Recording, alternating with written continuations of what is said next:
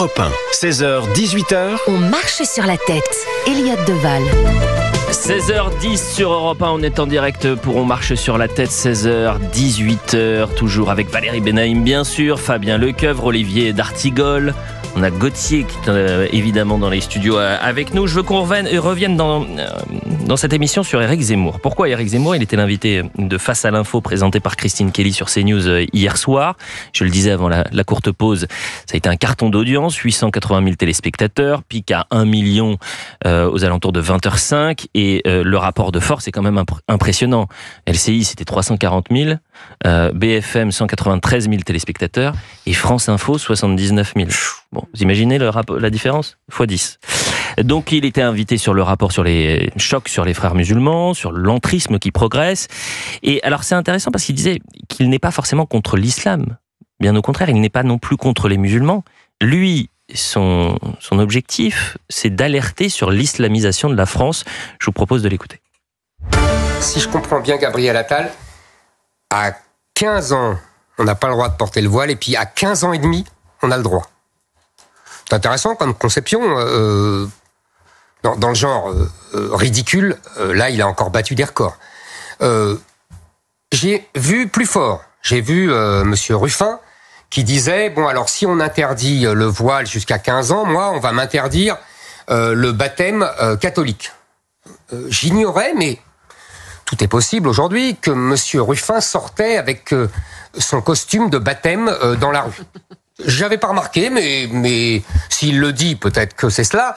Parce que, vous voyez, Monsieur Ruffin peut dire n'importe quoi, mais il faut réfléchir 30 secondes. Les femmes voilées sortent avec la charia sur la tête. C'est ça que ça veut dire.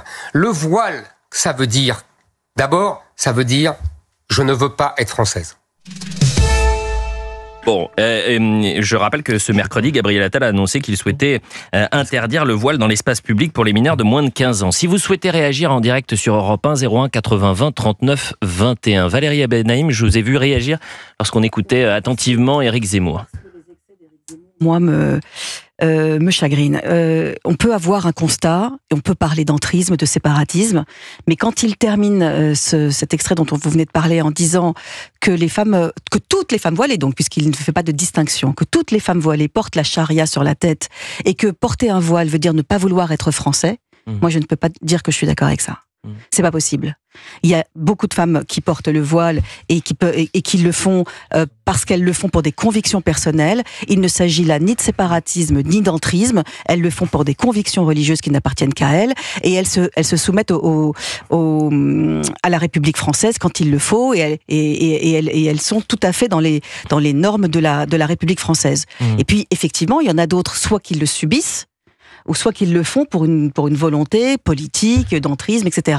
Mais dire que toutes les femmes voilées portent la charia sur la tête, ou le font pour une volonté de s'opposer à la République française, c'est pas possible. Et par ailleurs, ça donne de l'eau au moulin de ceux qui disent que le rapport, qui est un rapport important, intéressant, qui a été fait sur les frères musulmans, est un prétexte pour pointer du doigt les musulmans dans leur entièreté. Ce rapport que vous dites important et intéressant, je rappelle qu'il était sur le bureau du président de la République depuis août dernier, et ce qui est inscrit dans le rapport, vous avez des dizaines d'intellectuels, de politiques qui étaient mis au banc de la société médiatique, qui en parlent depuis des années, voire des décennies. Je vous propose d'écouter Amin El-Khatmi, parce que c'est intéressant, il était dans l'heure des pros hier sur CNews, il est revenu sur le symbole qu'est le voile, et il prend l'exemple de sa maman. Oui. C'est très intéressant ce qu'il dit, parce qu'il dit ce rapport-là a changé. Évidemment, toutes les femmes qui portent le voile ont un rapport peut-être différent désormais à la religion. L'homme qui vous parle est le fils d'une femme voilée. Je peux vous assurer qu'il n'y a rien d'islamiste chez ma mère. Elle porte le voile comme l'ont porté comme l'a porté sa grand-mère, comme l'ont porté ses tantes. Elle n'a jamais rien demandé de spécifique. Elle n'a jamais demandé à bénéficier. Et quand on lui demande pour des démarches de l'enlever, elle l'enlève. Et quand elle va à l'hôpital, si le médecin est un homme, elle accepte d'être auscultée par un homme. Et de l'autre côté, vous avez de jeunes islamistes, celles qui ont organisé le Hijab Day à Sciences Po, par exemple, qui était une journée de promotion du voile comme outil de prosélytisme. Mettre sur le même plan ces deux cas de figure qui ne sont pas du tout les mêmes en leur imposant de retirer leur voile, ça c'est dur à rendre. Alors vous avez Là, c'est exactement. Je pense que Amine El Khatmi, que je connais bien, parle d'or. Il faut de la nuance et de la distinction. Moi, c'est pour ça que je trouve la proposition de Gabriel Attal. Alors, je sais qu'il est très critiqué. Je sais qu'on rappelle sans cesse qu'il a voté qu'il a appelé à voter pour la France Insoumise face au RN et que ses conseillers lui conseillent de purger une bonne fois pour toutes la question en venant s'expliquer pourquoi pas un soir sur un plateau de télévision.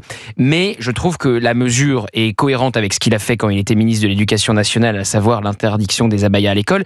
Et j'entends souvent, c'est pas possible, on peut pas le faire sur cette mesure du voile interdit pour les fillettes. Pap Ndiaye, il est resté 1 an. C'était sans doute suffisamment long. Il est venu sur tous les plateaux de télé pour nous dire on peut pas interdire les abayas et le camis. C'est pas possible, la loi française ne le permet pas. Le Conseil d'État ne le permet pas, le Conseil constitutionnel ne le permet pas. Gabriel Attal, il arrive, il laisse passer l'été, il fait un 20h de TF1, il l'annonce. Et c'est appliqué. Donc évidemment que s'il y a des jeunes filles voilées, c'est compliqué de repérer si elles ont 13 ou 15 ans. Mais ça enverra quand même un message. D'ailleurs, la loi passée sous Nicolas Sarkozy interdisant le voile intégral n'est pas toujours respectée. On le voit, que ça soit dans les aéroports, sur les Champs-Élysées, dans les endroits très touristiques, parce que c'est souvent aussi des femmes qui viennent, qui ne sont pas françaises et qui sont aussi de passage en France. Évidemment, il y en a aussi qui sont françaises et qui habitent en France, mais voilà, cette loi n'est pas toujours respectée. Elle a quand même envoyé un message fort et puissant. Et ça fera quand même reculer des gens. Ça fera quand même enlever des voiles à des petites filles qui n'ont pas choisi de le porter. Et quand j'entends François Ruffin nous comparer le baptême au voile des fillettes, ça me choque. Parce que, évidemment, vous ne choisissez pas si vous êtes baptisé quand vous avez 6 mois. Mais si je sors du côté religieux, du côté spirituel, comparer un peu d'eau bénite sur la tête qui dure 30 secondes à un voile imposé à une fille qui, puisqu'elle est mineure, évidemment, ne décide pas de le porter, ça ne me semble pas tout à fait la même chose. Olivier D'Artigol. Concernant ce rapport et ce que j'ai pu en lire, il me semble que le travail est de qualité mesurée et nuancée. Ce que ne sont pas les réactions politiques d'un côté ou de l'autre. Je reste convaincu, Gauthier, que ce que propose Gabriel Attal est inapplicable. Voilà. Et d'ailleurs, Bruno Retailleau, dans Le Parisien lundi, dit que c'est inapplicable. Et il est ministre intérieur, il doit en connaître un rayon. Pourquoi c'est inapplicable ? Il me semble, Gauthier, mais j'entends les arguments. Il faudrait donc en effet cette police du vêtement qui sillonne les rues et les villes, et qui, quand une jeune fille qui porte ce voile, et je suis pour mener le combat idéologique, politique, culturel, pour que elle ne le puisse ne plus le porter, mais comment on fait ? Est-ce qu'il faut leur arracher ce voile ? Est-ce qu'il faut verbaliser ? Est-ce qu'il faut comment ça se passe ? Tu verbalises. Donc ça peut être en effet une verbalisation. Tu verbalises. Il y a pas de police. La réponse, ça va être la police du voile. Non, mais vous voulez faire la police du voile ?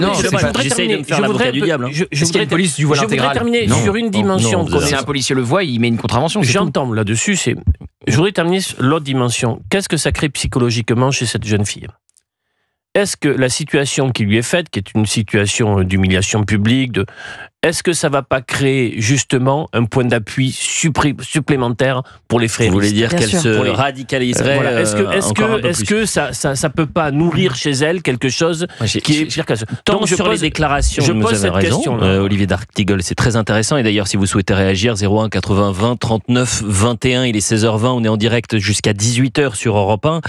Et qu'on partage ou non les idées de Éric Zemmour, ce qui est intéressant, c'est qu'il a le mérite de poser dans le débat public, dans le débat médiatique, des sujets qui ensuite sont traités et parfois qui certains viennent épouser ces thèses 10 ans plus tard ou 20 ans plus tard.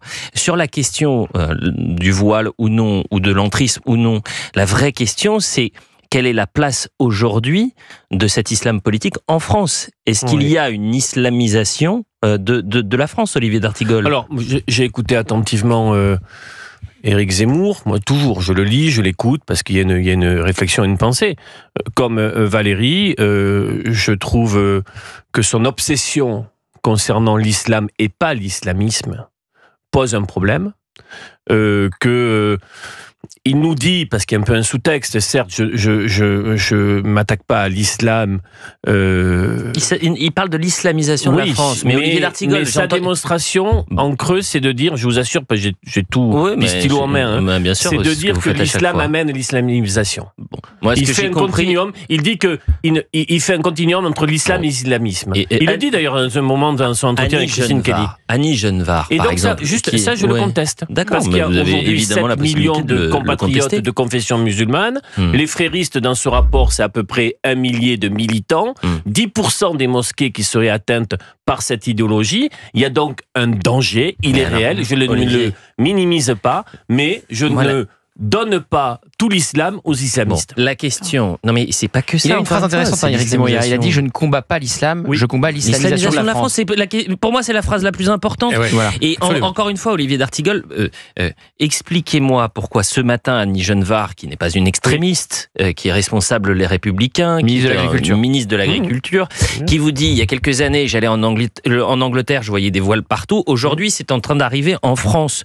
Pourquoi moi, qui suis né dans les années 90 et qui on a grandi dans cette société du vivre ensemble avec aucune question autour des religions, que très peu, et qu'aujourd'hui il y ait un communautarisme qui s'installe de manière XXL. Est-ce qu'il y a, oui ou non, ce communautarisme en France, et est-ce que, oui ou non, il y a une islamisation de la France? Dans certaines villes et dans certains quartiers, oui. Oui, et donc à ce moment-là, c'est une politique de l'habitation, du peuplement qui a créé ça. C'est la question du nombre. C'est aussi des politiques municipales qui ont créé ça. Oui, donc c'est important. Avant de vous donner la parole, priorité aux auditeurs quand même, et c'est vraiment la règle, vous la connaissez dans cette... S'il vous plaît, le nombre. C'est le nombre.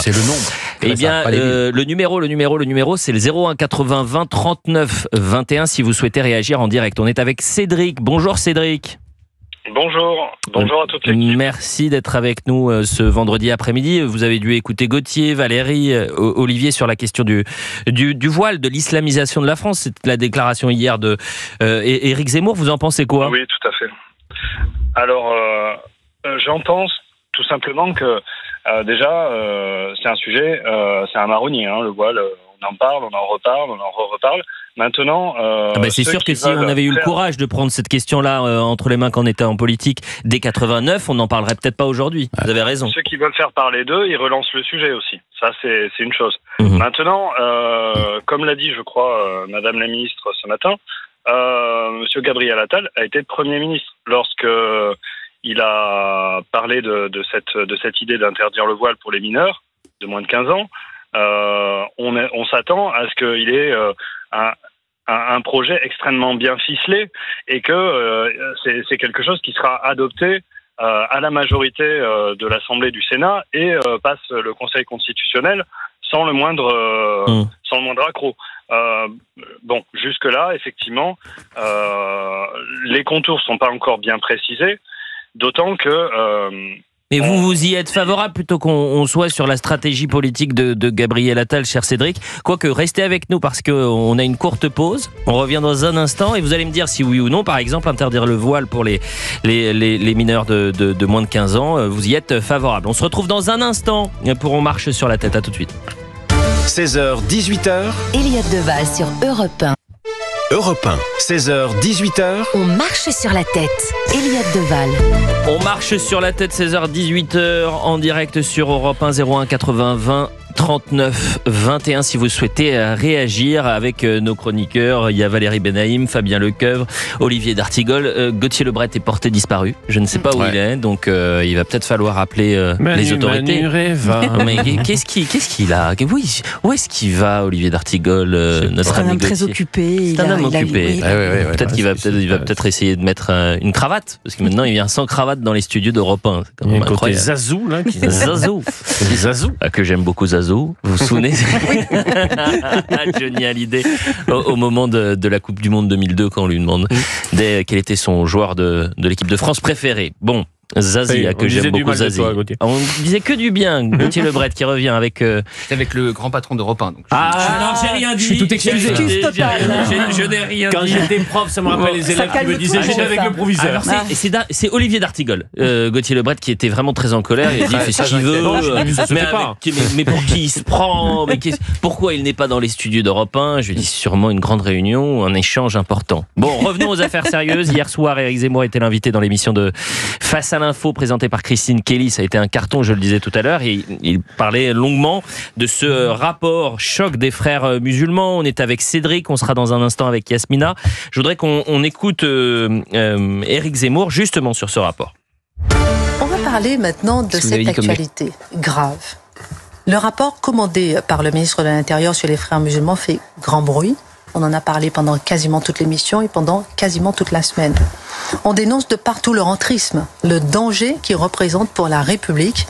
Quel est votre regard? J'ai vraiment parfois l'impression que certains découvrent l'eau chaude. On nous dit les frères musulmans veulent islamiser la France. Oh là là.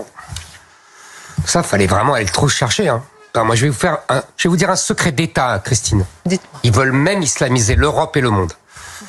C'est ce qui est écrit dans le Coran. Donc, si vous voulez, ils n'ont rien inventé d'extraordinaire. Vous savez, ça fait 1300 ans que c'est comme ça. On nous dit, parce que j'ai lu ce rapport, on en parlera, j'imagine, on nous dit, les objectifs des frères musulmans, c'est d'abord la prééminence de la loi religieuse sur la loi de la République, l'infériorisation des femmes, l'incapacité à concevoir l'altérité, surtout religieuse, et puis l'antisémitisme. Là aussi, pardonnez-moi, mais même quand les frères musulmans n'existaient pas, puisque ils existent que depuis un siècle, vous ouvriez le Coran et vous aviez déjà tout ça. Ernest Renan avait déjà expliqué tout ça. Claude Lévi-Strauss avait déjà expliqué tout ça.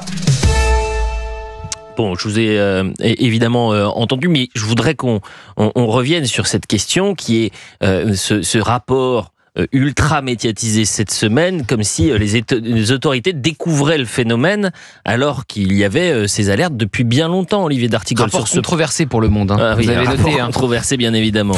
Olivier d'Artigol, il y a le rapport Aubin dans l'éducation nationale, il y a différents rapports, il y a des alertes de préfets. Oui, on ne découvre pas l'entrisme de l'islamisme, c'est un fait. Ce rapport, quand même, permet une actualisation, donne des chiffres, donne ce phénomène dans sa réalité, qui est une réalité, mais il ne faut pas non plus la fantasmer. Et le débat est intéressant à partir du moment, et ça moi j'y tiens beaucoup, où nos compatriotes français de confession musulmane ne se diront pas, au final, c'est pas l'islamisme qui pose problème, c'est l'islam. Je ne veux pas que cette bascule se fasse dans notre justement, pays. On est en direct avec Yasmina. Yasmina, bonjour. Merci d'être en direct sur Europe 1 pour On marche sur la tête, parce que vous souhaitiez prendre la parole, parce que vous considérez que justement votre parole n'est pas suffisamment entendue. La parole, je ne cache pas un secret, c'est-à-dire que vous êtes de confession musulmane, chère Yasmina. Bonjour à tous déjà, merci de me donner la parole. Je trouve ça important, voilà, qu'on donne la parole, voilà, aux principaux concernés qui sont les musulmans. Moi, pour vous faire un petit topo rapide, je suis Yasmina, infirmière en Eure-et-Loir. Je suis née en France, donc je me sens française à part entière. Je suis effectivement de confession musulmane et fière de l'être. J'en ai juste assez qu'on entende à longueur de journée le voile, comme si c'était la préoccupation prioritaire en France. Je pense qu'il y a déjà tellement de soucis bien plus importants en France à régler avant de parler de ça. Mais c'est pas grave, on est là pour parler du voile, on va parler du voile, ça me va très bien. Je suis musulmane pratiquante. Vous me permettez, Yasmina, juste que je vous dise une chose. Si nous en parlons cette semaine, c'est parce qu'il y a un rapport, non pas sur l'islam, mais sur l'islam politique via les frères musulmans. Et si nous parlons du voile cette semaine, Yasmina, c'est parce qu'il y a un ancien Premier ministre, désormais député, Gabriel Attal, qui entend interdire le voile pour les mineurs de moins de 15 ans. Donc, j'ai conscience de ça, j'ai bien entendu comme vous l'information, je suis outrée par cette information. Je connais des milliers de musulmans parce que de par ma profession, de par le parcours de vie, on va dire que j'ai eu, je connais des milliers de musulmans en France. et dont les musulmanes, je ne connais pas une seule musulmane qui est contrainte de porter le voile. Qu'on l'entende bien. C'est un stéréotype, c'est un fantasme de penser que les femmes musulmanes qui portent le voile le font de manière contrainte. Je suis désolée, mais j'en connais des milliers. Écoutez, on entendra dans un instant, et j'entends ce que vous dites, bien sûr, Yasmina, on entendra Enda Ayari, qui est la fondatrice de l'association Libératrice, c'est une écrivaine, conférencière. Elle était l'invitée de Jean-Marc Morandini sur CNews hier et ce matin encore, et elle a parlé du mariage forcé, elle a parlé de cette pression qui était mise pour qu'elle porte le voile, des témoignages comme celui-ci, elle dit en avoir des centaines aussi. Donc, l'idée de stigmatiser personne, bien au contraire, l'idée de se poser les bonnes questions. Aminel Khatmi, qui était l'invité de Pascal Praud hier, et vous avez dû l'entendre, disait moi, je fais une grande différence entre ma mère qui porte le voile par conviction, par pudeur, et qui respecte les lois de la République, bien sûr, et qui a toujours été attachée à la religion. Il y a qu'à voir l'éducation qu'elle a donnée à Aminel Khatmi, qui est un républicain magnifique. Hein. Et d'un courage absolu, Aminel Khatmi. Totalement. Eh bien, il fait la différence entre sa mère et une certaine frange de la population qui aujourd'hui va utiliser le voile comme un moyen politique. Vous voyez ce que je veux dire, Yasmina ? Et encore une fois, l'idée n'est pas de stigmatiser les musulmans, bien au contraire. Moi, j'ai grandi, je vous disais, c'est ma génération, c'est une génération où on s'acceptait tous et jamais il a été de question de religion. Et d'ailleurs, c'est assez troublant de voir à quel point les choses sont allées vite.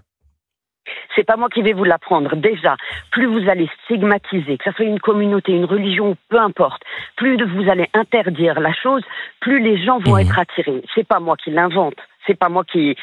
Ça, c'est partout et dans tous les domaines. Le fait qu'il y ait de plus en plus de personnes qui se rapprochent de la religion musulmane, je ne vois pas en quoi ça pose problème. Je ne vous dis pas que, voilà, il y a des cas isolés, en effet, où certaines personnes peuvent être contraintes, mais c'est pas la grande majorité. On est en train de stigmatiser tous les musulmans et de créer cet écart qui devrait pas être, comme vous dites, vous avez grandi, on a grandi tous ensemble. Pourquoi avant il n'y avait pas ce problème-là? Vous pensez vraiment qu'avant il n'y avait pas l'islam? Bien sûr qu'il y avait l'islam. C'est pas du tout ce que je dis, Yasmina. Ce qui se passe, c'est qu'avant il n'y avait pas peut-être une présence aussi importante de l'islam politique. Et c'est intéressant.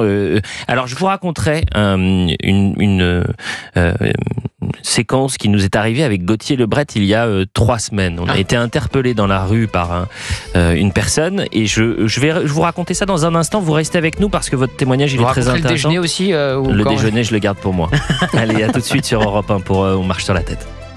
16h, 18h. Elliott Deval sur Europe 1. Europe 1, 16h, 18h. On marche sur la tête. Elliott Deval. Un peu plus de 16h40 sur Europe 1, on est ensemble jusqu'à 18h et c'est très intéressant parce que vous êtes nombreux à vouloir réagir sur ce rapport choc des frères musulmans, sur la question de l'entrisme, sur la question de l'islamisation de la France ou non d'ailleurs. 01 80 20 39 21. On est toujours en direct avec Yasmina. Chère Yasmina, merci vraiment de témoigner en direct sur Europe 1 et j'apprécie notre échange parce que s'il y a désormais des sujets en France et avec des personnes qui refusent le débat et la communication est peut-être l'élément essentiel pour essayer de se comprendre et de savoir pourquoi aujourd'hui on a une France qui est archipélisée avec des clivages où parfois on se retrouve face à face et plus côte à côte. Donc merci beaucoup Yasmina. Je rappelle que vous êtes infirmière, que vous habitez en Eure-et-Loire, vous vous présentez comme une femme française, fière d'être française, de confession musulmane et vous avez dit juste avant la pause et je le dis aux auditeurs qui nous rejoignent, ras-le-bol de la stigmatisation parce qu'on englobe tous les musulmans. Et je vous ai promis une anecdote. J'étais avec Gauthier Lebret il y a quelques semaines, on marchait dans la rue à Paris et on a été interpellé par un homme qui nous dit « Ah, CNews, c'est vous CNews ?» Je lui dis « Bah oui, ravi de vous voir. » Il dit « Mais attendez, il faut arrêter avec les musulmans, on va pas vous manger. » Et je lui réponds, mais il n'y a aucun problème avec les musulmans, mais j'imagine que vous avez vous aussi, et vous le partagez peut-être, Yasmina, un problème avec ceux qui sont radicaux, les islamistes par exemple. Et toute forme de radicalité d'ailleurs doit être combattue ou contestée, du moins c'est ce que présentent les responsables politiques. Et vous voyez, c'est cette confusion-là qui peut-être pose problème dans le débat. Vous voyez ce que je veux dire, Yasmina ? Pour moi, aujourd'hui, c'est pas la radicalisation. La radicalisation, pour moi, aujourd'hui, elle vient de l'autre côté. C'est-à-dire, à force de nous stigmatiser, à force de mettre toujours ça à la une. Vous imaginez quand on allume BFM, tout ça, il y a que les musulmans en boucle. Faut arrêter. Moi, je trouve que c'est trop. C'est pas la radicalisation. Je suis d'accord que toute forme de radicalisation n'est pas bonne. Mais avant de parler de radicalisation, avant, on n'en entendait pas autant parler. Mais pourquoi? Parce que là, on est stigmatisé, c'est-à-dire que on peut même pas pratiquer notre religion sereinement parce que à chaque fois c'est le voile, la femme musulmane là. Est-ce que franchement entre nous, il n'y a pas des sujets bien plus importants en France aujourd'hui? Vous l'avez dit, Yasmina, mais bien sûr qu'il y a des sujets qui sont essentiels, mais la vie en communauté, elle est essentielle. De pouvoir partager les mêmes valeurs, les mêmes codes, les mêmes règles, c'est essentiel aussi, Yasmina. C'est pour ça que c'est un sujet, et encore une fois, vous dites, nous les musulmans, Olivier d'Artigol, il se bat justement pour différencier les islamistes des musulmans, il le dit quotidiennement. Et si on en parle, et je vais le répéter encore une fois, mais c'est important de le répéter parce que, pour le coup, je trouve qu'il y a une instrumentalisation qui est faite et qui est malsaine de dire ce sont tous les musulmans qui sont aujourd'hui visés. Ce n'est absolument pas le cas. La question qui se pose aujourd'hui, c'est l'islam politique. C'est ça qui entretient la confusion. Mais bien sûr. Je le ressens beaucoup. Je suis désolée, dans le discours d'Éric Zemmour, je suis désolée, c'est de dire ah non, mais c'est pas l'islam qui le combat. Il dit je combats pas l'islam, je combats l'islamisation de la France. Mais quelle hypocrisie, il faut arrêter.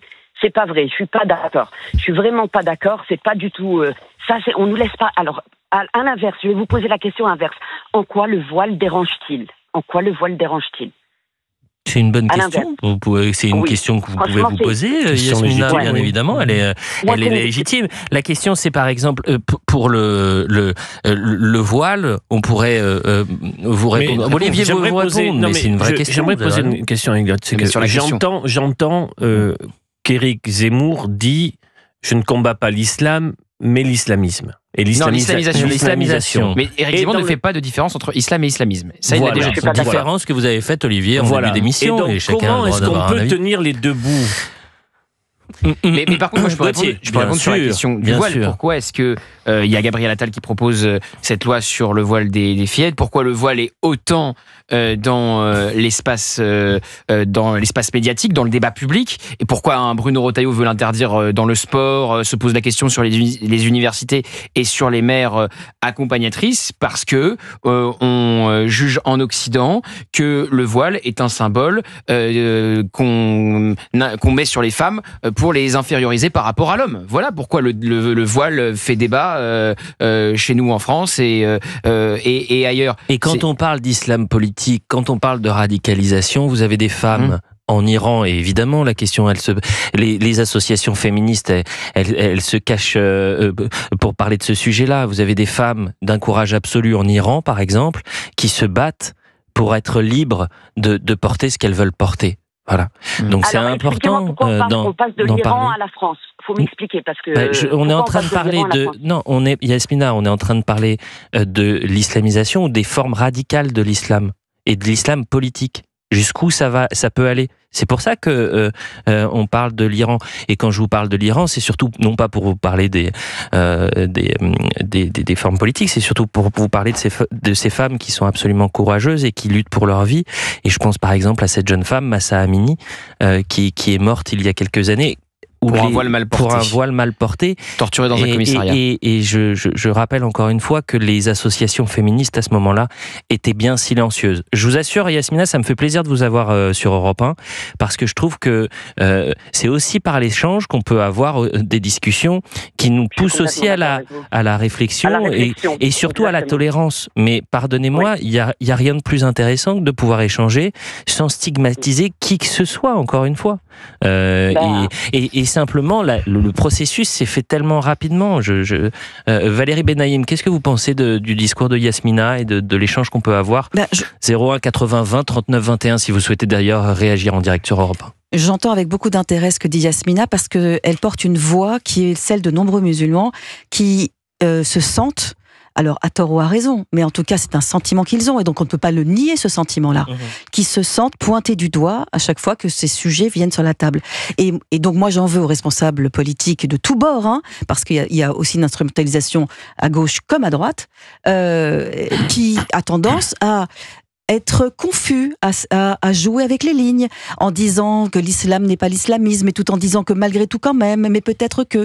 Et donc, j'entends le désarroi d'une certaine partie de la population française de confession musulmane qui disent « arrêtez, parce que vous jouez avec les confusions et vous jouez avec les peurs ». Ça, je peux tout à fait entendre ce qu'elle nous dit. Mais est-ce que cette confusion, elle n'est pas justement amenée par des responsables politiques qui n'ont de responsables que le nom, des irresponsables qui hurlent à l'islamophobie quand on parle de l'islam radical, quand on parle de l'islam politique, qui utilisent des mots, un lexique qui est justement alimenté par les frères musulmans. Vous avez tout à fait raison. Certains députés, d'ailleurs, à la sortie de ce rapport, ont immédiatement, sans même avoir commencé à le lire, dit qu'il s'agissait d'islamophobie, et donc, ce faisant, ont mis dans un même panier des musulmans et des islamistes politiques. Et c'est cette polarisation d'ailleurs qui pose problème, puisque d'un côté, on a la France insoumise qui en fait bien évidemment une stratégie électoraliste en allant chercher un électorat ethno-religieux, en disant musulman, en réduisant une personne à sa religion, à son identité religieuse, insupportable d'ailleurs. Ce qui est la négation de sa citoyenneté. Bien sûr, complètement. Et de l'autre bout, des personnes disant mais il y a un continuum entre islam et islamisme. Donc les deux entretiennent ce feu. Et je sais, ça je le ressens, que de nouveau, et on a vécu ça lors de la dernière présidentielle, beaucoup de nos concitoyens de confession musulmane commencent à se dire ça va, il y en a marre. Ça va, ça suffit. Eh bien, écoutez, un grand merci Yasmina d'être venue parler avec nous, et ce serait vraiment un plaisir de pouvoir échanger une nouvelle fois avec vous sur d'autres sujets, parce que vous dites que vous êtes infirmière, par exemple la question de la santé, des moyens qui sont donnés et alloués aux médecins, aux infirmiers. Je sais que c'est un domaine et un secteur où il y a des héros du quotidien qui travaillent avec peu de moyens, avec peu de bras, et je sais à quel point aussi la question de la santé est une question qui est essentielle.